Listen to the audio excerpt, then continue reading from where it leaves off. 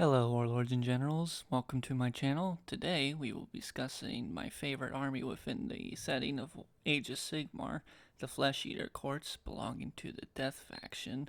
However, unlike most Death armies, the Flesh Eater Courts do not entirely owe their allegiance to Nagash.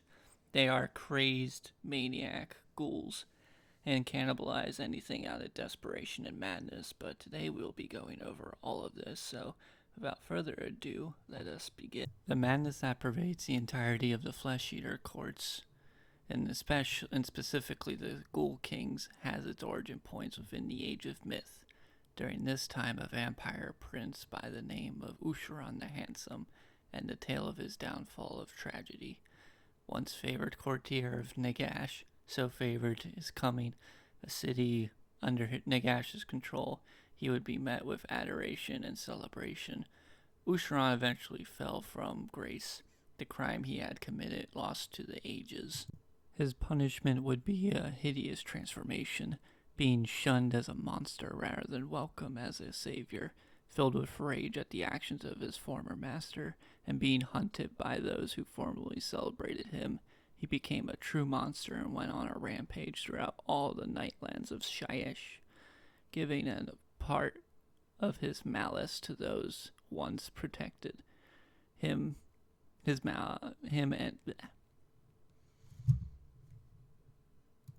and his servants went on a grand rampage, leaving only ruin and broken corpses in their path. Such an insult could not be ignored, and Nagash sent his Mortarchs, his greatest generals, to collect the former prince to bring him to heel.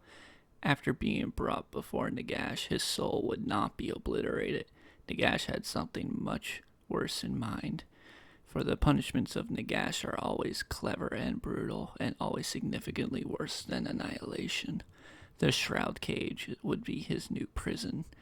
Within the walls reflected all untruths upon the prince, driving him into complete and utter madness, making him an even greater monster than he was before. He would have remained there for all eternity, writhing in his own madness, had it not been for the coming of the thunder god Sigmar. Nagash abandoned the Pantheon at the Battle of the Burning Skies, a very climactic and important battle to drive chaos from the realm on a very temporary basis. However, this battle was important because it was the largest chaos force yet to try their incursion onto the realms. With Nagash's abandonment, Sigmar threw into a rage, where he went to Shyish himself to hunt down Nagash. He could not find Nagash, but in his rampage he unwillingly released a new madness upon the realms. The Usharan had been freed, and the legacy of the Carrion king would begin from this moment of freedom. After the Shrouded Cage destruction, and Sigmar continued his rampage, destroying a great portion of Nagash's kingdom in Shyish, the king found the remaining knights of his previous court to rebuild. These knights he gave a portion of his madness before setting off to other lands. In his madness, the king saw himself as a benevolent champion, the truth being he had become a greater monster among the lost and depraved mortals that turned to cannibalism in desperation is where the king built the first courts. During the Age of Chaos, when chaos was ascended, Nagash would be struck down by Archaon, leaving the courts to spread uninhibited by Nagash's constant hunt for the prince, had he known he was free to begin with. As Nagash recovered in one of the many underworlds of Shyish, the king grew his court within the ruined civilizations that were brought on by chaos, making the Flesh Eater Courts one of the few armies to actually thrive in the Age of Chaos, as opposed to many of the other races which almost came to near extinction.